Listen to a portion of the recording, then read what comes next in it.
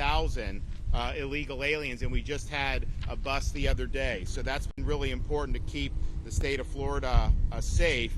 We've also done things like ban sanctuary cities.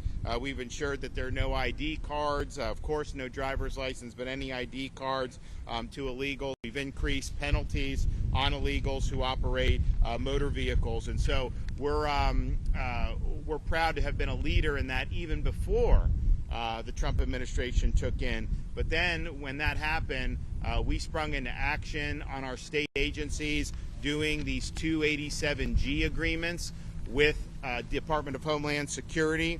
That basically allows us at the state level to be working in tandem on immigration enforcement. And that wasn't true under the Biden administration. I'd have Highway Patrol, they'd pull over illegal aliens, and then they'd have to call ICE, and ICE didn't want to deal with them, so they basically had to release them back into the community. And so now they have the ability to bring those folks and process them for immigration enforcement, which I think is something that's really, really important.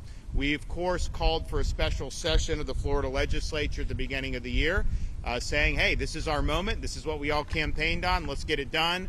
And, you know, we had some pushback on that initially. I think some of these guys, they didn't want to follow through on their campaign promises. They even sent me a bill that would have made things like Alligator Alcatraz and Operation Vigilant Sentry illegal in the state of Florida.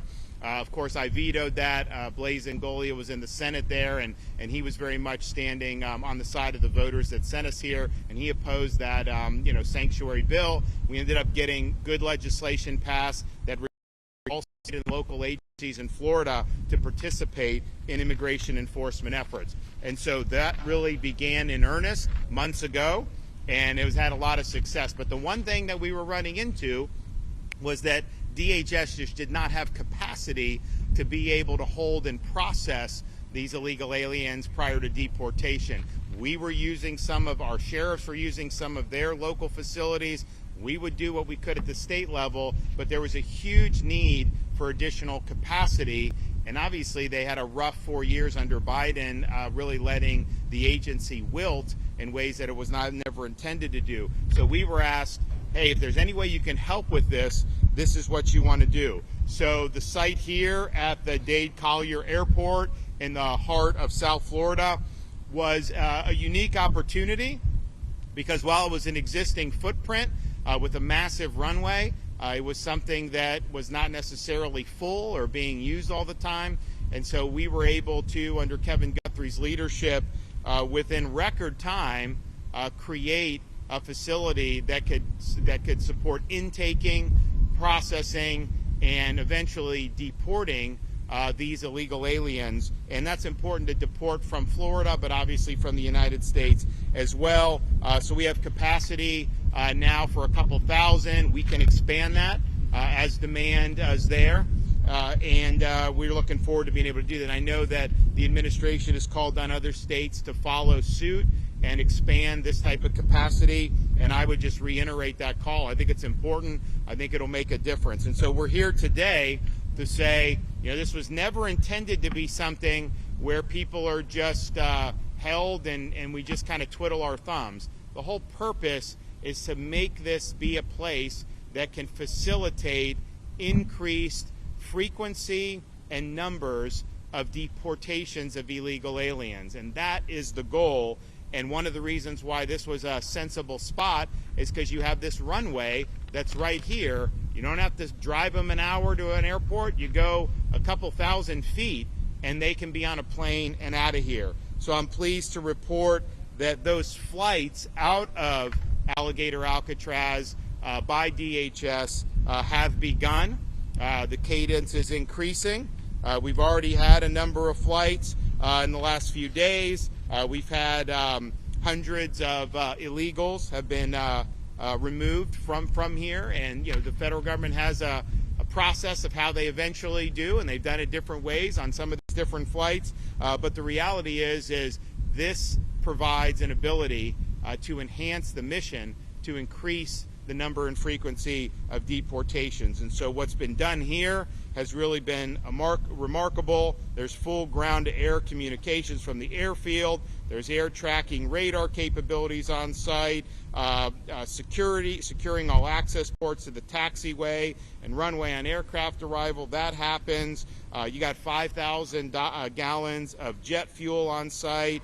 You got runway lighting. You got everything you need to be able to do that. This airport is able to accept commercial-sized aircraft and conduct both day and nighttime operations. And so that's what it's all about, to be able to help process and remove folks that are legally in the state of Florida and in the United States of America. So we look forward to this cadence increasing. One of the things when the president came and visited that he approved was deputizing state officers, including National Guard judge advocates, to be immigration judges. And the vision is to just have them on site. You can move forward with the processing very quickly and increase the numbers. And the flow would be, there'd be a high turnover rate here because you'd be constantly doing that. We're working very closely with the Department of Justice. We have not yet had any approval for anybody to be able to come down here and do that, but we do anticipate that happening very soon. And when that happens, you're going to have an availability of a lot of folks to be able to be ripe, to be able to be removed and ultimately sent back to their home countries. Now, I've also pointed out we've been supportive of the efforts that if somebody is earmarked to come here and they would choose to simply voluntarily deport. Now, they're not just going to take your word for it. They're going to take you, chaperone you, make sure that you're on that aircraft and that you're landed in your home country.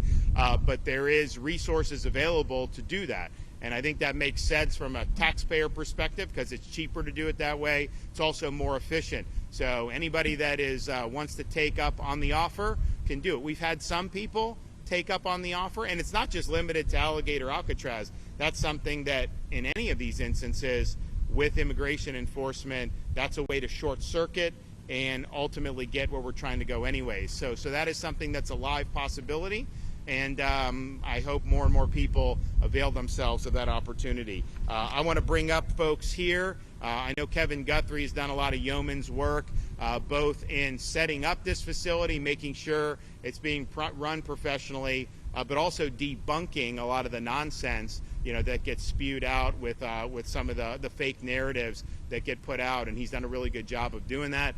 Clearly, that you have something that's professional and that's meeting very high standards. So, Kevin, why don't you come ahead and let her rip? Thank you, Governor. Thank you for being here this morning. Thank Governor DeSantis for his leadership and dedication in doing what's right for the state of Florida and the United States of America. Florida has been able to act decisively and deliver results due to his ongoing support for law and order. Florida is a law and order state. Florida knows how to respond to crisis. We specialize in response and recovery, acting fast, and most importantly, logistics management. That same speed, precision, and discipline has been applied here at Alligator Alcatraz. When Governor DeSantis called on us to lead this effort, we brought everything we've learned from hurricanes, severe weather, large-scale activations to the table and made this happen. The focus of this operation has always been and will always be fulfilling our mission, upholding the law and delivering results. This facility was built and operational incredibly fast and has now grown to have a capacity of 2,000 detainees.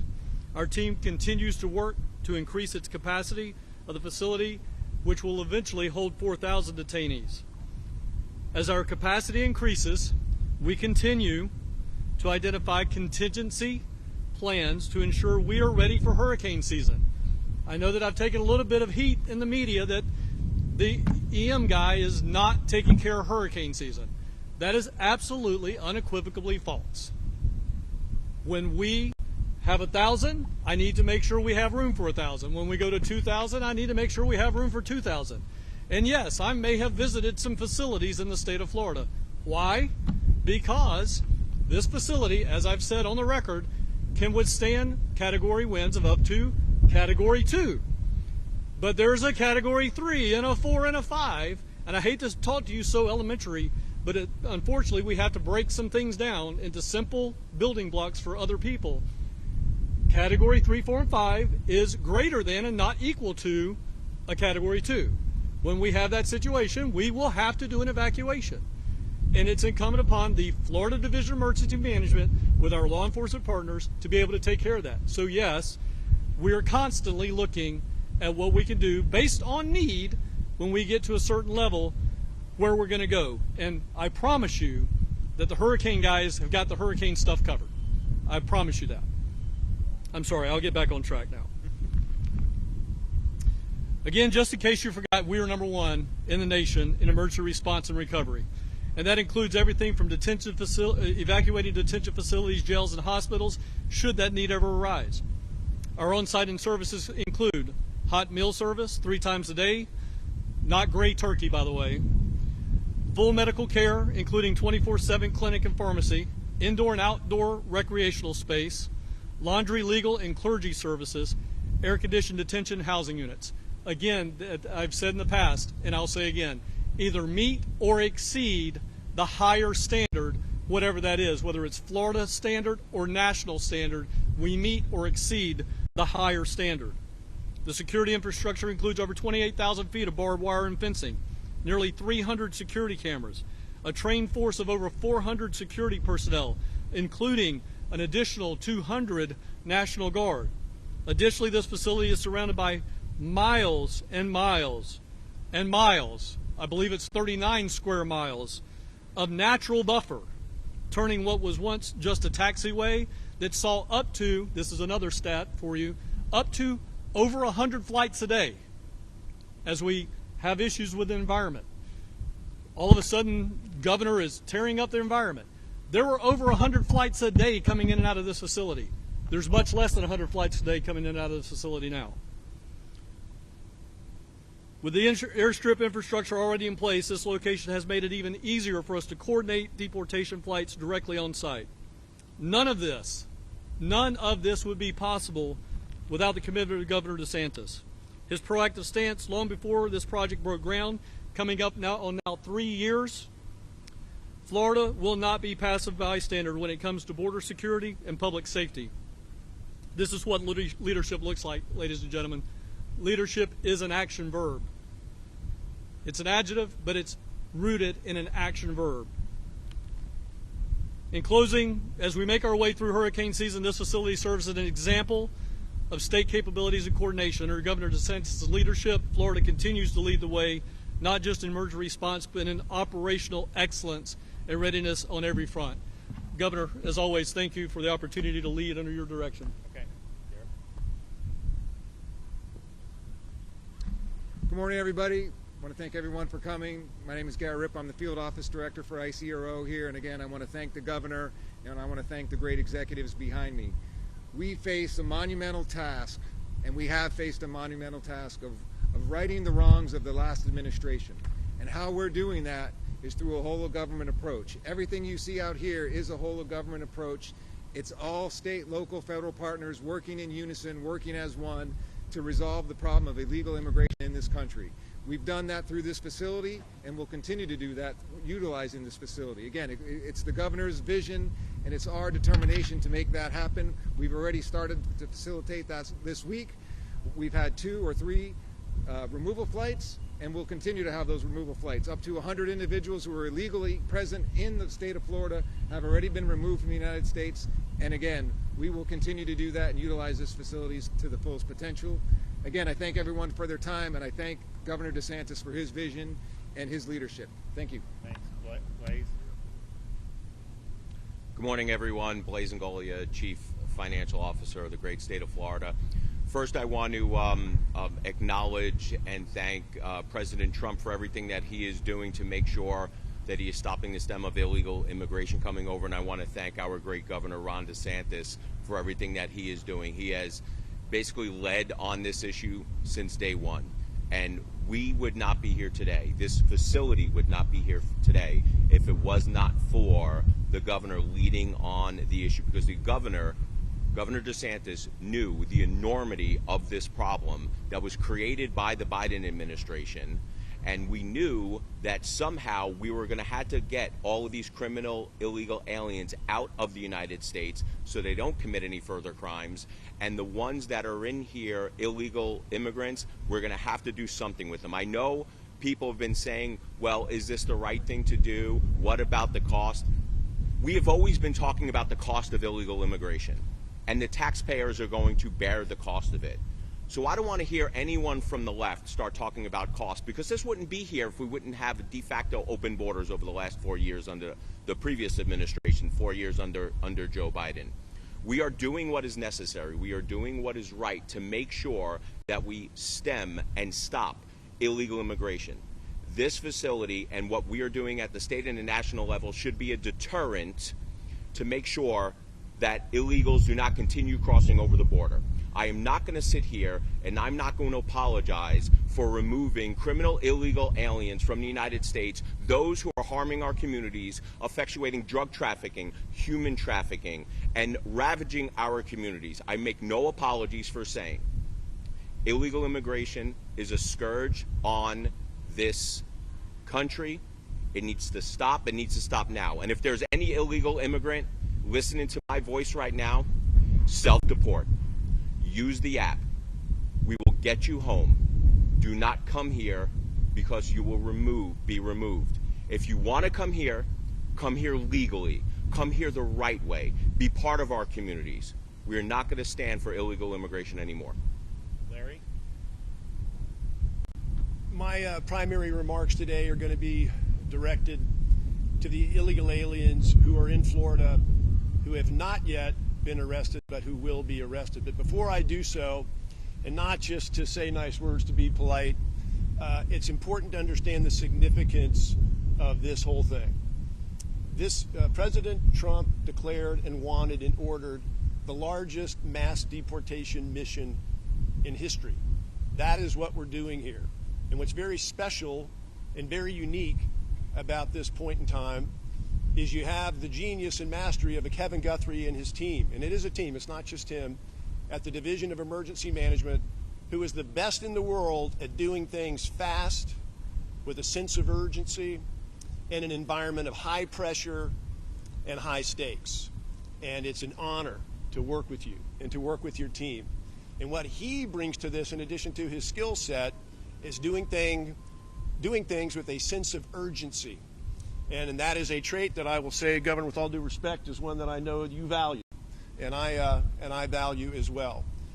Then we have combined with that, who I believe the person who has been chosen by the Department of Homeland Security to be the one that I joke with him and I say was sent to Florida to run all the federal immigration enforcement operations in Florida. I joke with him, they sent him to the best state, the state that's the most effective. The state could, quite frankly, do most things on its own. But that's not why.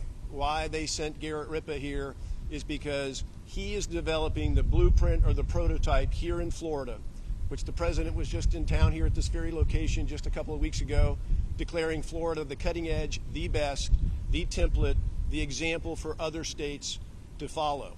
So Garrett Ripa each day, 24/7, on the Guthrie timeline, is working to bring this all together to make it happen, not so we can do high fives and declare victory in Florida, but to be a national leader under Governor DeSantis' leadership, along with President Trump, making this the template, the blueprint that can be scaled and replicated to be generative for the entire country. So now returning very quickly as I look to the illegal aliens who live in Florida, and I want to say this humanely and with respect, not in terms of finger pointing that this is going to happen and that's going to happen. You are still here.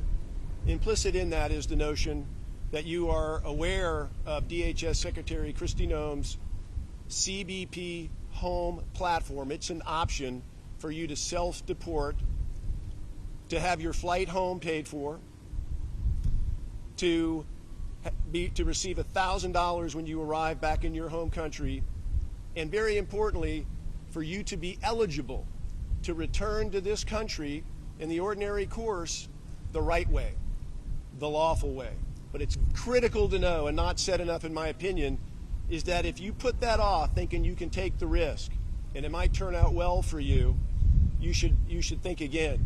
Because if you are arrested and you come to a place like Alligator Alcatraz, you are not eligible for CBP home. You're not eligible for that.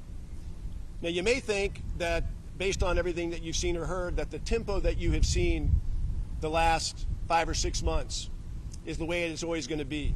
I'm here today with some new information. That is not the case. There's two very, very significant things that you need to know about that.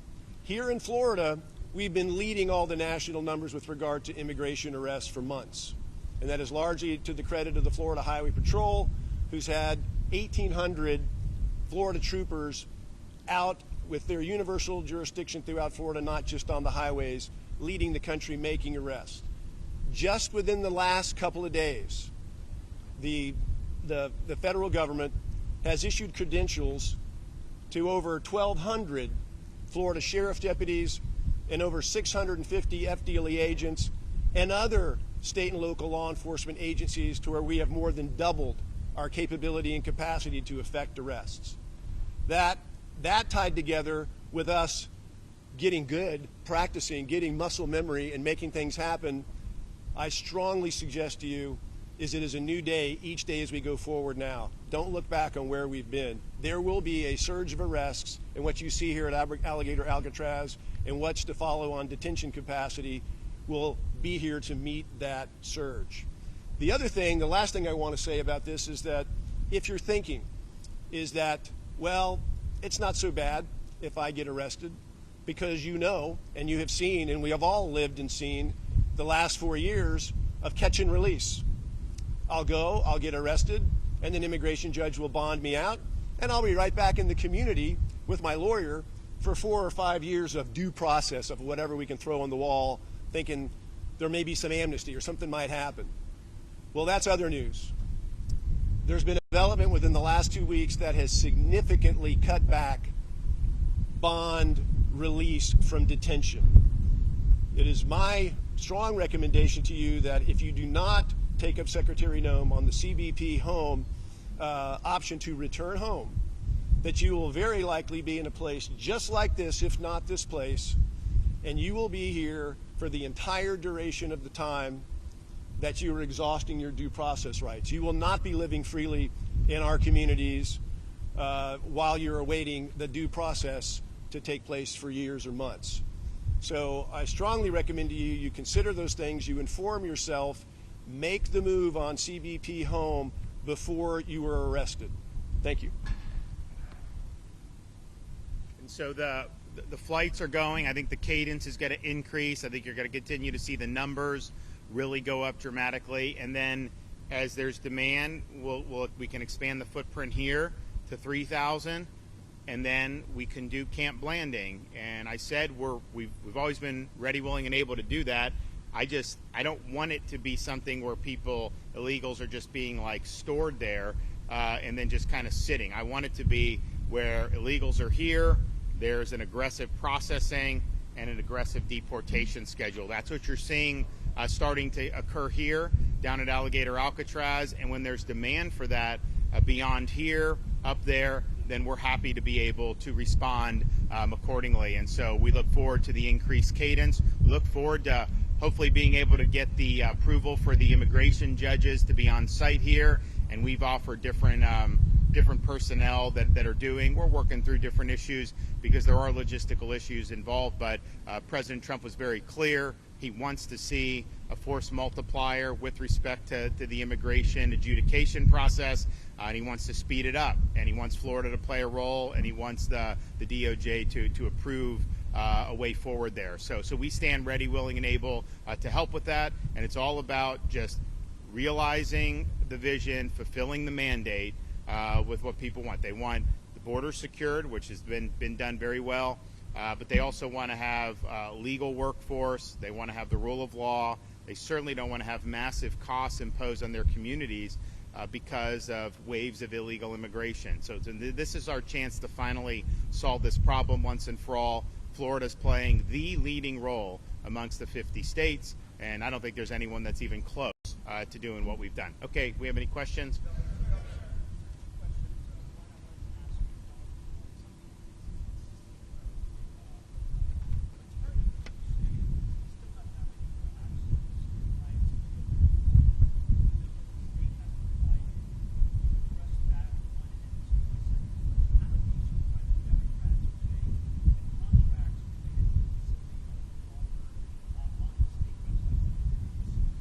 Well, I'll let Kevin address. You want to address the contract issue? So, and we happen to have the CFO with us today, and he and I were talking about this earlier. The contracts not being on the website is false. What our staff ended up doing was we actually put proprietary information on the website. We have competitive contracts. We are encouraged to do competitive procurements. And by the way, there's not a single sole source contract at this site. Now that you got me riled back up again, sorry about that. Everything here has been competitively bid off of master contracts that went to competitive procurement a year, 2, 3 years ago. So what happened was our team put the actual detailed line item PO that then now every other competitive contractor can see what their rate is. So we took that down. We've replaced it with summary sheets on the actual amount that they've been given. So that's what's happened there. What about the legal? Oh, and the legal issue. Legal issue, my understanding, my attorney has told me that she has worked out the issues, and we should have our first set of on-site legal representation no later than Monday. And we are scheduled, I'm looking for my guy, we're scheduled to go with that almost 24/7 if we need to. So the space that we have, we can do those meetings all day long, 24/7, 365. But we had some technology issues. We have now worked those things out, and we should be starting that on Monday.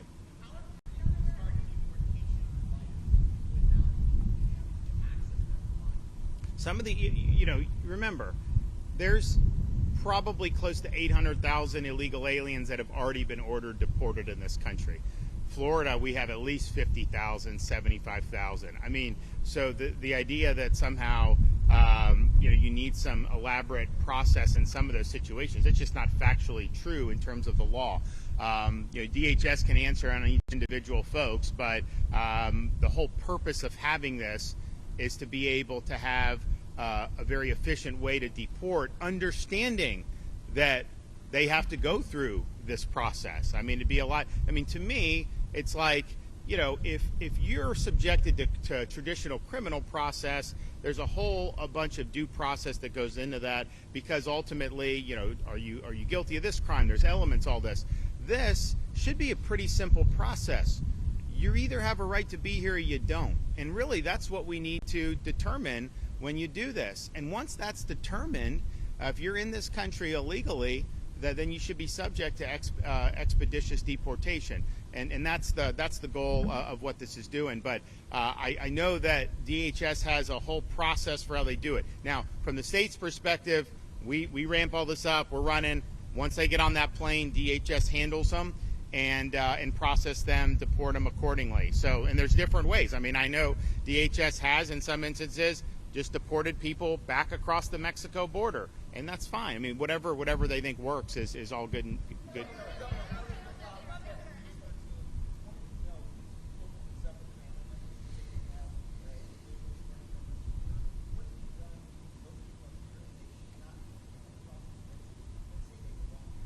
Well, I'll refer that to DHS in terms of how that. I can tell you, DHS is sending people who they absolutely believe are here illegally and are subject to deportation, right?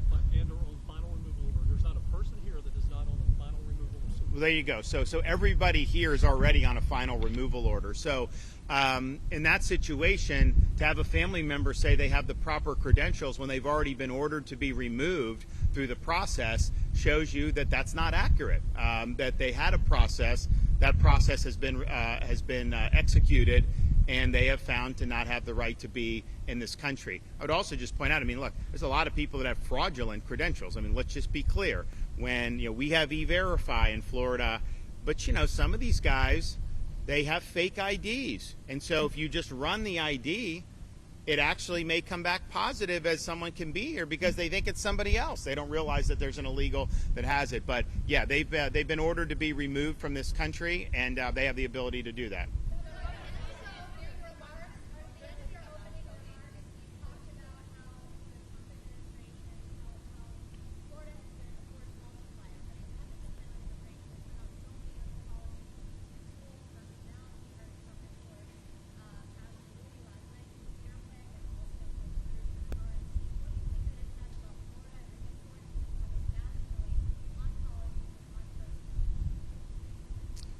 Well, I think the issue is Florida's led the way for years now.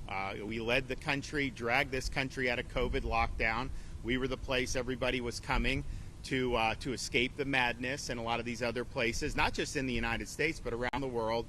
We led the effort to fight against Biden's immigration and border policies. We led the effort against the woke mind virus, whether that was in schools, whether that was in corporate America. We were effectively the ones that nuked ESG. We were the first state to eliminate DE&I. Of course, we've been leading the way on economy 3 years in a row, ranked #1. So I think we've seen issues, we've addressed the issues, particularly when you have some of the far left that's really run amok in some of these places and may run amok more in places like New York City. If this guy gets elected to be mayor of New York, it's going to be huge fallout from that. So we've continued to lead, and I think the stuff that we were doing prior to the Trump administration taking office, these are the things that conservatives have wanted to see done for a long time. I mean, we've been complaining for 20 years about higher education going off the rails, and yet no one was doing anything about it. So we came in and we've done that. We've really right-sized or course-corrected, I think, positively. And I think what they're doing with Linda McMahon on higher education is positive. We're working constructively. We just did the accreditation. We're going to have a new accreditor that's going to be able to help us get over some of these things that have been holding back higher ed. So on it goes. Law and order. We've been the leading state on law and order. There's no question about that. So all of this is, we've seen problems. We've responded to the voters that have elected us here, and we've led in ways that I think have paved the way for more progress to happen nationally. Remember, when we were taking on the woke, that was not necessarily popular to do. That was at the crest of this madness that was taking hold, and a lot of media, a lot of elites were really going in whole hog, corporate America, educational institutions, and we drew a very clear line in the sand, and we say that our state is where woke goes to die. Now the woke, no one wants to admit that they're woke, right? It's different. It's a few years down the line. DE&I, we were the first state to eliminate that. That was years ago, and we took a lot of flack for that. Now everybody's running away from DE&I. Women's sports. We were, if not the first, certainly one of the first states to lean in to protect that. That was considered controversial at the time. Now everybody is acknowledging, it's not right to inject a male in these female competitions. So I think on issue after issue, we've been willing to lead, and I think these are addressing problems that a lot of voters have wanted to be addressed. We obviously could do it at the state level. Other states have emulated, and I think now the Trump administration is really focusing on addressing these issues in a national context, and I applaud them for doing that.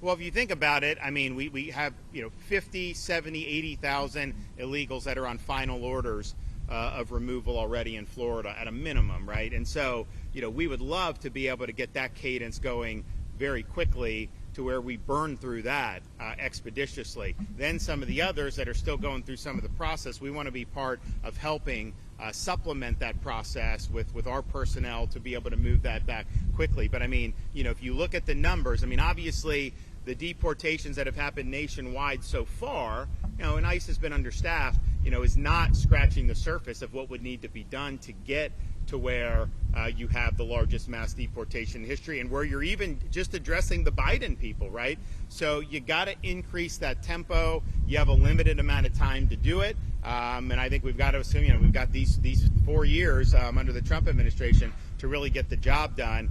So my hope is that we have a very strong cadence coming out of here, if the cadence is strong and it justifies us going up Northeast Florida and establishing a footprint at Camp Blanding, we will do that.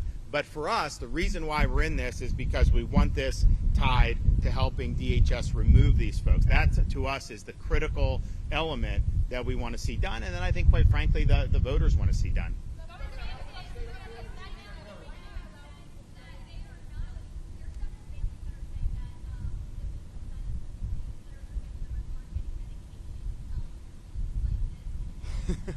So I'll let Kevin, but I'm sure he's going to debunk it. I mean, like, I seriously, you know, you have to ask yourself on some of this stuff, just the desire to, like, create narratives, and, like, these Democrat politicians parading down here and doing all this stuff. And I'm just thinking to myself, I've never seen one of you show up to comfort an angel mom who's lost a child because of illegal alien crime. I've never seen you raise any concern about the victims of illegal immigration. Not one time have I seen these Democrats caravan anywhere in this state, hold a press conference to be able to stand in solidarity with victims. I've never seen that. These are stunts that they're pulling because they're increasingly politically irrelevant in this state, and they're trying to latch on to whatever they can, you know, to create phony narratives. But I will let Kevin address that. So again, simple answer, absolute crap. We have on this facility the ability of a full-fledged medical center with x-ray capability, sonogram capability, prescription med capability.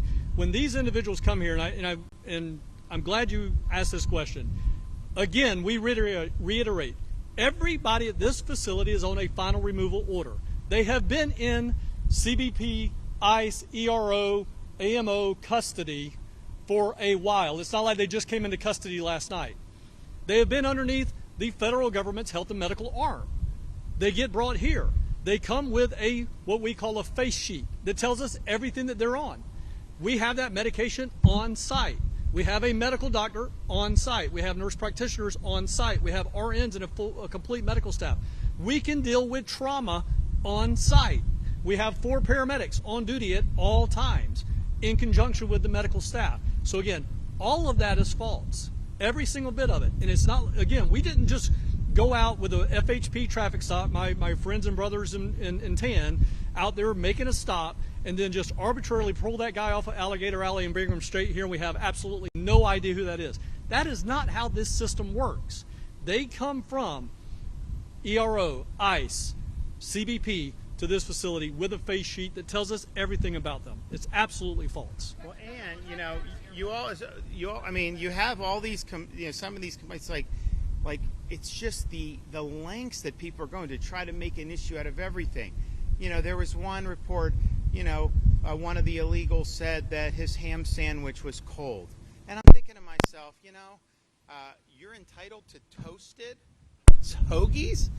First of all, you know, Jimmy John's is one of the most successful sandwich places in a country. They didn't have any toasted subs until very recently. They had only done cold subs, and it became a massive success, financial success. Now they do offer toasted subs. I don't think they do cheesesteaks. You know, my kids like the cheesesteak from Jersey Mike's. But, like, be that as it may, to say that the AC's on too much, it's too cold, or this or that. You know, at some point it's like, good grief. Like, just acknowledge the fact that what Kevin and these guys done has been a Herculean effort to get this up, that they are meeting or exceeding every state or federal standard, whichever's higher, and that this is, in fact, a force multiplier to be able to assist with the removal of illegal aliens from the country. And that's what it is. And so they've done a really good job on this. When I see this stuff, I don't even have to ask him, because I know, like, I know that there's that you're not being told the whole story. And I think it's also interesting that, you know, there's folks in particularly corporate media. You'll have a criminal alien ordered to be deported, has committed criminal offenses in addition to immigration, and he will just assert something, and that will be reported as fact with no corroboration. It's interesting. You never say if, you know, somebody that was on law enforcement just asserted. You would always ask questions, and you would do that. But somehow with the criminal alien, you'll just accept that. And why? Because it fits the desired narrative. That's why people do it.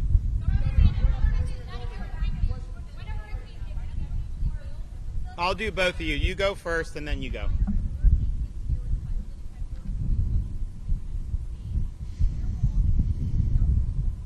It will depend on the path of the storm. So Kevin has contingency plans. People are like, what happens if a hurricane hit? And I just think to myself, this ain't our first rodeo, okay? We know in Florida anything is susceptible to have to be evacuated. And there's some areas that may be a little bit more vulnerable, but there's not a single place in the state that you would be totally immune from having any impacts of hurricanes. But it also depends on the shape of the storm, the trajectory of the storm. So they have that built out. And, we do this in different contexts. We do it in the corrections context and have done it in the corrections context. We also have to redeploy first responders. So for Hurricane Milton, we were staged at Tropicana Field, home of the Tampa Bay Rays. It's a convenient, very efficient place to do it. Well, Kevin's watching the storm. He's watching how it's coming, and he made the decision we got to evacuate them out of there because we think it's going to be impacted by the storm. And of course it was. The roof got blown off, although the roof was supposed to withstand a little more than it did. So the roof got blown. So those guys were strategically redeployed, and then they got on target just like it was. So that will happen. There'll be accommodations that will be made that's accordingly. This stuff, though, can withstand non-major hurricane, Cat 1, Cat 2. Doesn't mean you can't have it. Now, the more interior you are, you guys who've covered hurricanes know when it hits land, it does slow down. So if we have a hurricane that hits Southwest Florida as a weak Cat 3, by the time it gets here, maybe those winds would be sub Cat 2. I mean, these are judgments that will be made accordingly, and there will be preparations made. And I'll just echo something Kevin said, because DEM is overseeing this, that must mean that they're not doing the standard preparations for hurricanes. That's obviously ridiculous. These, as you know, these are contracted folks. There are DEM personnel who are helping to coordinate, but we've got massive resources that are on standby in the event that we have additional major weather events. And I'm hoping that we don't. And I always tell people we've had 6 majors in 7 years. We deserve a break remember, we had 10 years. We didn't have any recently. Wouldn't it be great to get another 10-year stretch? And I sincerely hope for that. But I do not expect that or plan for that. We have to plan as if we're going to have more events this year writ large, even apart from Alligator Alcatraz. But if you had like a Hurricane Michael trajectory, you wouldn't need to evacuate anybody from here. If you had a Hurricane Irma trajectory, then you'd probably need to make some accommodations. And so these are things that these guys will watch. They have contingency plans. There's not one specific place where they will go to, because you don't want to evacuate people into additional storm.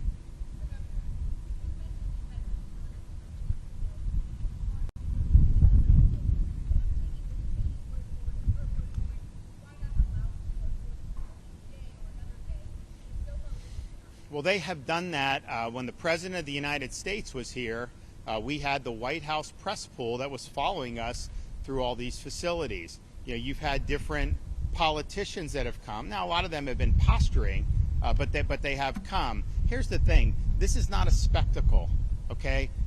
You don't get to go into other facilities willy-nilly either. I mean, that's just the reality of the situation. I think they have a job to do here. I think they're doing it.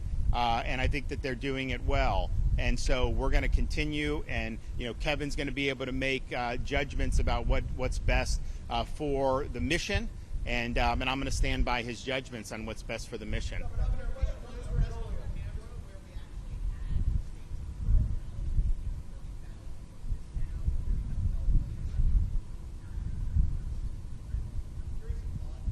Okay, but I mean, respectfully, and where are you from? Okay.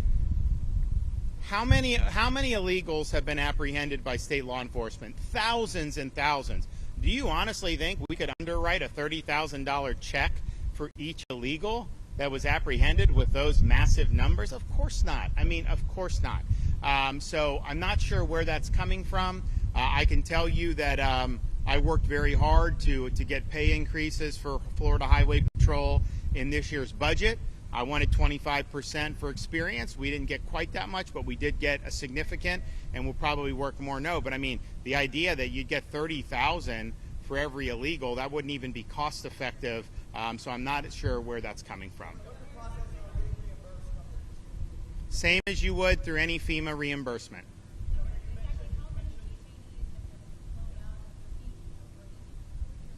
So there have been 100 full deportations just out of here. There have been many other hundreds who've been flown out of here. The way the federal government does is they have some areas that are considered kind of hubs.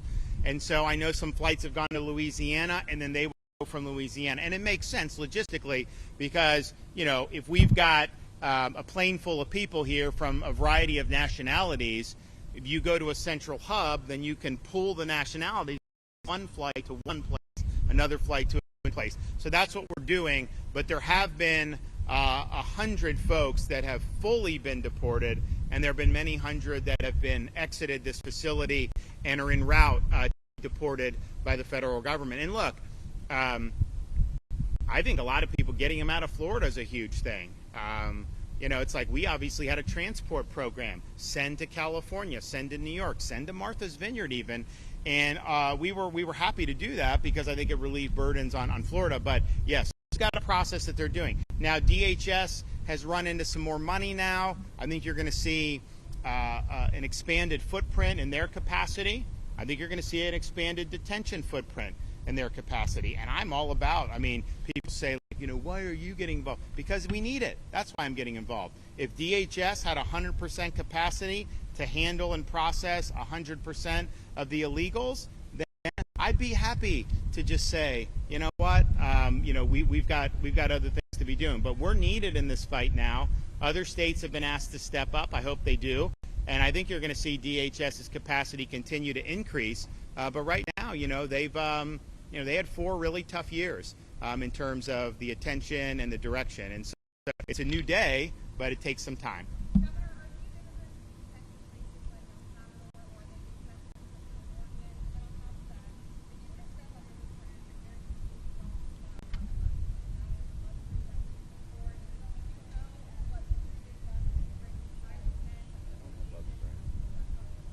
Well, one, I mean, I don't have bug spray on. I know people have it or what, but so on the deportation, look, that's a question for DHS. As I said, they've got processes that they go through. They can do a direct deportation from here. They can do to one of the hubs, and then the hub can take them. And I know that they have used El Salvador. I don't know that anyone from here has gone there yet. But so I just can't answer that. But I think DHS could answer that. Okay, who has a question who hasn't asked one? Yes, ma'am.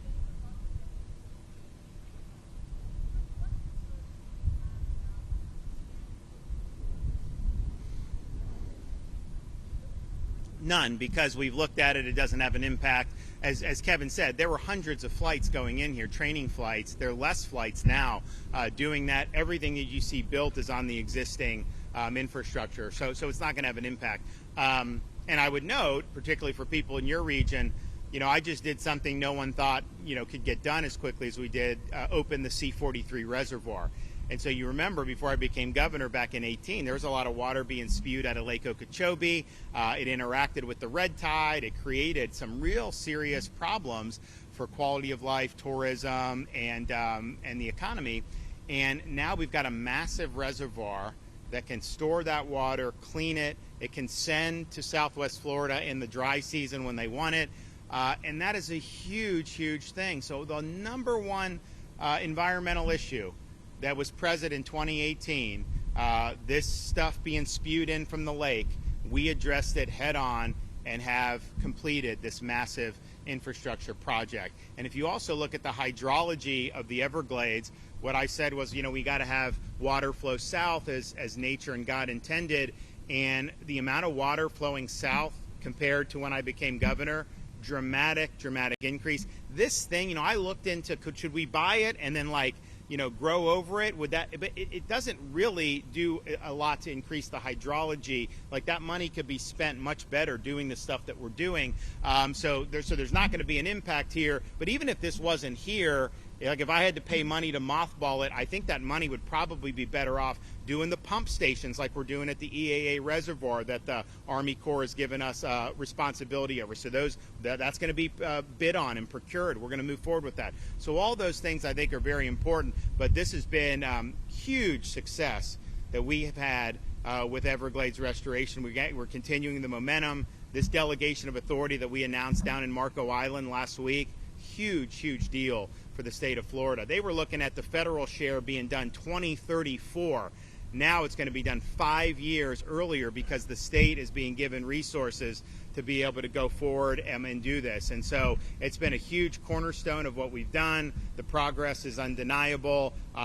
This is not anything that's impacting. In fact, there are less flights as a result of what we're doing than there were before that. Okay, they truck it out. Yeah. There's no sewer or any. They just truck the waste out.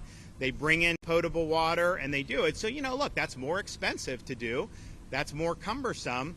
But we weren't willing to do this facility if we weren't managing that in a way that was not going to have impacts. And so that's what we're trying to do. So they're running these things out of here all the time. And I think they've done a really good job doing it. And they're basically, this existing concrete is what they're using. I mean, you look, there's like grass in the interior here. Like, honestly, there'd be no reason that you couldn't use that's not going to affect the Everglades. But they're not even using that. They're literally just staying on the concrete. So I think it's been a really incredible footprint that they've been able to do with this.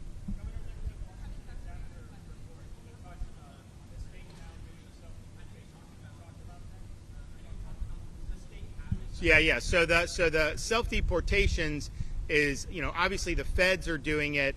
We're willing to do it as part of this FEMA reimbursement as well from here.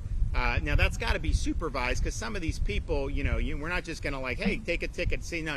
They're going to be escorted. They're going to do that. But when and so we've done. How many have we done? We've done it not from here necessarily, but statewide. We've done it. 20-something. Yeah. We've done like 24 self-deportations that have been funded. But any self-deportation out of here, if we pay for the ticket, that is subject to FEMA reimbursement, we believe. So we're happy to do that. I think it saves money. Honestly, it saves the state money because there's a lot of burdens that get placed, when you have this many folks doing it. So we'll keep providing updates on this. I think you're going to see the cadence on these flights start to pick up. Obviously, honestly, to get to where we were at the beginning of this month and now have flights leaving already with a facility that's been built out. That's incredible. It's incredible work by Kevin Guthrie, incredible cooperation with DHS and the Trump administration. A lot of hard work has gone into it. So thanks for everybody that's been involved in this. This is making a difference. This is just the opening stage. You're going to see this really ramp up, especially given DHS's infusion of cash and particularly all those illegals that are already been ordered to be removed. We need to get that done. I mean, the rule of law really depends on it, and the vitality and safety of our communities depend on it. Okay, thank you. Gov, where are we headed next?